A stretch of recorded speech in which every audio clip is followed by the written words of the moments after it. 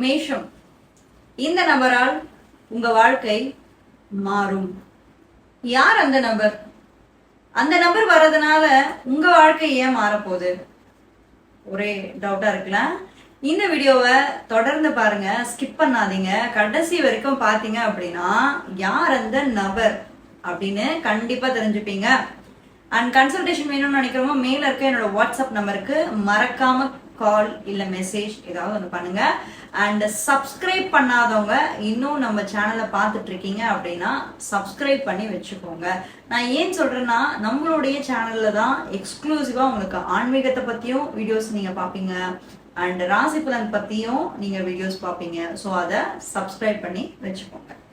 உடனே நீங்க யோசிக்கலாம், யார் வந்தாலும் என் லைஃப்ல அப்படிலாம் ஒன்றும் மாற்றம்லாம் ஏற்பட்ட மாதிரி எனக்கு தெரியலங்க, நீங்க பாட்டு சும்மா ராசி பலன்ல ஏதாவது ஒண்ணு சொல்லி விட்டு போயிடுறீங்க, என் வாழ்க்கை அப்படியேதான் இருக்கு அப்படின்னு நீங்க சொல்லலாம். உங்க மேல நான் தப்பே சொல்ல மாட்டேன். ஏன்னா பொதுவாவே இந்த ராசி பலன், இந்த ஜோதிடர்கள் இந்த யூடியூப் பிளாட்ஃபார்ம்ல சொல்லக்கூடிய ராசி பலன் அப்படின்றத பாருங்க, வெளிப்படையாவே நான் உங்களுக்கு இந்த விஷயத்த சொல்றேன். ஏன்னா இந்த ராசி பலன் அப்படின்றது பொதுவான ஒரு பலனுங்க, புரிஞ்சுக்கோங்க. இது உங்களை நாங்க எப்படி சொல்றது, உங்களை நாங்க சமாதானப்படுத்துறதுக்கு சொல்ற ஒரு நற்பலன்களா தான் நீங்க பார்க்கணும். ஏன்னா உங்க சுய ஜாதகத்தை வச்சுதான் நீங்க மற்ற விஷயங்களை கணக்கு போட முடியும்.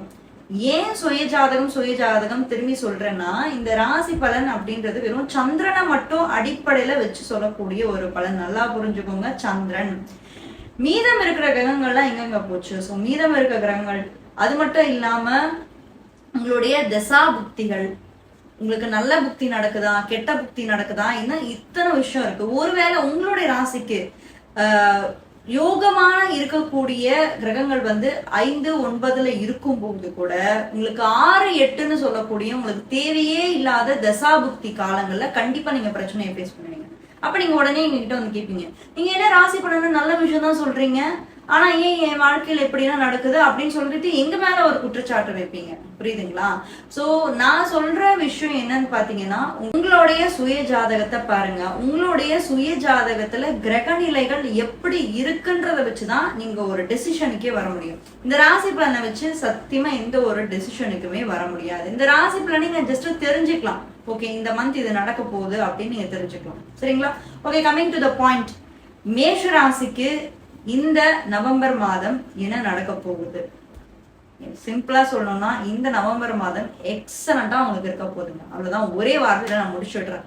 ஏன்னா உங்களுடைய ராசிக்கு குரு பகவான் அப்படின்றவரு 9ஆம் அதிபதியாவும் 12ஆம் அதிபதியாவும் வராரு. சரிங்களா? அவர் உச்ச பலம் பெறாருங்க. உங்களுக்கு 4ஆம் இடம் சுகஸ்தானத்துல உச்ச பலம் பெறாரு. நான் உங்ககிட்ட வீடியோவோட ஸ்டார்டிங்லயே ஒரு விஷயத்த நான் சொல்லியிருந்தேன். என்ன சொல்லியிருந்தேன்னா, ஒரு நபரால உங்க வாழ்க்கை மாறும் அப்படின்ற மாதிரி நான் சொல்லியிருந்தேன். இந்த நபரால நன்மைகளும் உங்களுக்கு நடக்க போகுது அப்படின்ற மாதிரி நான் சொல்லியிருந்தேன். அப்போ அந்த நபர் யாருன்னா, 4ஆம் இடத்துல குரு வந்திருக்காரு. சோ கண்டிப்பா உங்களுடைய தாய் வழி உறவுகளா இருக்கிறதுக்கு வாய்ப்பு உண்டு. ஏன் அப்படின்னு பாருங்க, 4ஆம் இடம் அப்படின்றது உங்களுடைய சுகம் மட்டும் கிடையாதுங்க, உங்களோட ஹாப்பினஸ், உங்களுடைய சந்தோஷம். அப்ப இந்த நவம்பர் மாசம் ஃபுல்லாவே உங்க அம்மாவால நிறைய நன்மைகளை உங்களுக்கு கிடைக்க போகுது. சரிங்களா? சோ வீடு பிரச்சனைகள் இருந்தா வீடு பிரச்சனைகள் சார்ட் அவுட் ஆகும். யாரெல்லாம் வீடு இல்லாம, சொந்த வீடுகள் இல்லாம கஷ்டப்படுறீங்களோ கண்டிப்பா இந்த சொந்த வீடுகள் வாங்கக்கூடிய முயற்சியாவது அட்லீஸ்ட் இந்த நவம்பர் மாசம் நீங்க எடுப்பீங்க. சரிங்களா? அண்ட் வீட்டுல ஒரு ஹாப்பினஸ் கண்டிப்பா பிறக்கும். ஏன்? 4ஆம் வீடு உங்களுடைய வீடு, மனை, வண்டி, வாகனம். சோ இத்தனை விஷயத்தின் மூலியமாவும் உங்களுக்கு குரு பகவான் நிறைய நற்பலன்களை செய்யறதுக்கு வராரு. சரிங்களா? அது மட்டும் இல்லாம உங்களுடைய ராசிக்கு 12ஆம் பாவத்துல சனி அமர்ந்திருக்காரு. சரிங்களா? சோ இப்ப நீங்க மேஷ ராசிக்காரங்க இந்த வீடியோ பாக்குறீங்கன்னா 7:30 இப்பதான் ஸ்டார்ட் ஆயிருக்கு. சோ 7:30ல உங்களுக்கு விரய சனி போயிட்டு இருக்கு. சரிங்களா? சோ விரய சனி போயிட்டு இருக்க காலத்துல புதுசா தயவு செஞ்சு எதையும் ஸ்டார்ட் பண்ண வேணாம். கொஞ்சம் பொறுமையா ஸ்டார்ட் பண்ணுங்க. ஏன்னா சனி உங்களுக்கு 10 கூடியவன், 11 கூடிய லாபாதிபதி. சரிங்களா? சோ ஏதாவது புதுசா ஸ்டார்ட் பண்ணீங்கன்னா ஏதாவது ஒரு ரூபத்துல அவர் டிஸ்டர்ப் பண்றதுக்கு கூட உங்களுக்கு வாய்ப்பு இருக்கு. ஏன்னா அவர் இப்போ கோச்சார ரீதியா பாருங்க வக்ர காலங்கள்ல இருக்காரு. சனி ஒரு வக்ர கால சனி ஆக்சுவலா உங்களுடைய ராசிக்கு வந்து சுபர் கிடையாது. உங்களுடைய ராசிக்கு சுபர்னு வரக்கூடியவங்க யாரெல்லாம் பாத்தீங்கன்னா 5 கூடியவங்க 9 கூடியணும். 5 அப்படின்றது சூரியன், 9 அப்படின்றது குரு, 5ன்றது சிம்மம், 9 அப்படின்றது தனுசு. சரிங்களா? இப்போ சனி பகவான் வந்து பாத்தீங்கன்னா பாவகிரகம் பொதுவாவே உங்களுக்கு அவர் பகைத்தன்மை தான்.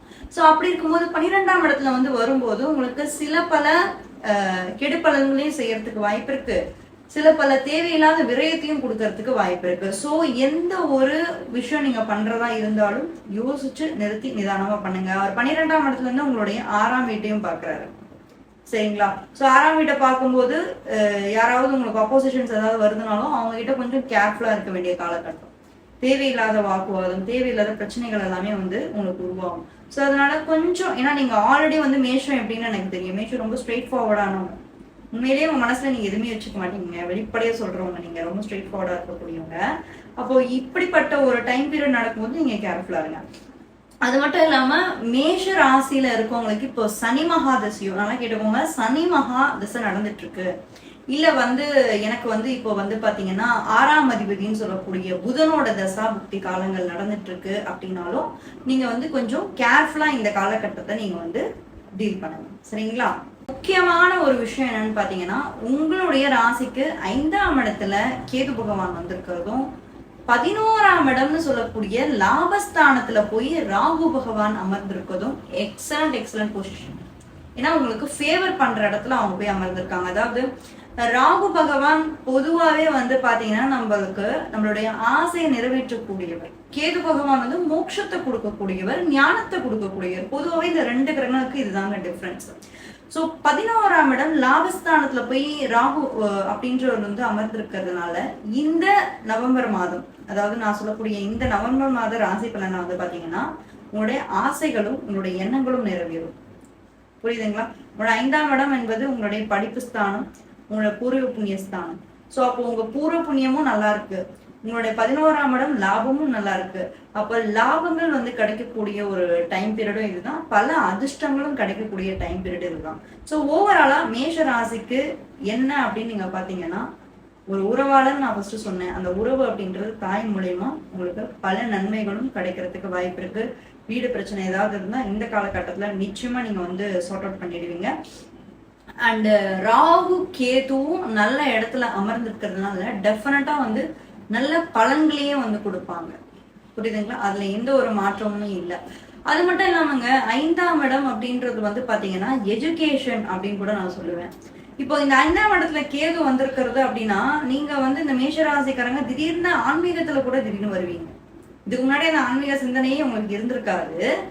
இப்போ ஒரு 4-5 மாசமா என்ன பண்ணிருப்பீங்கன்னா ஆன்மீகத்துல அதீத ஒரு இன்ட்ரெஸ்ட், நாட்டம், அதுக்குள்ள போய் என்ன இருக்கு அப்படின்ற ஒரு எண்ண அலைவோட்டங்கள் வந்து உங்களுக்கு அதிகமாவே கேது பகவான் வந்து கொடுத்திருப்பாரு. ஏன்னா 5ஆம் இடம் ஞானத்தை சம்பந்தப்பட்டது. 5, 9 இது எல்லாமே வந்து பாத்தீங்கன்னா நம்மளுடைய படிப்பையும் ஞானத்தையும் போதிக்கக்கூடிய ஒரு வீடு இது. ஏன்னா காலச்சக்கரத்துக்கே 5ஆம் வீடு உங்களுக்கு தான் கொடுத்துருக்காங்க, சிம்மம் சூரியனோட வீடு. அதே மாதிரி 9ஆம் இடம் குருவோட வீடு. புரியுதுங்களா? தகப்பன் ஸ்தானம்.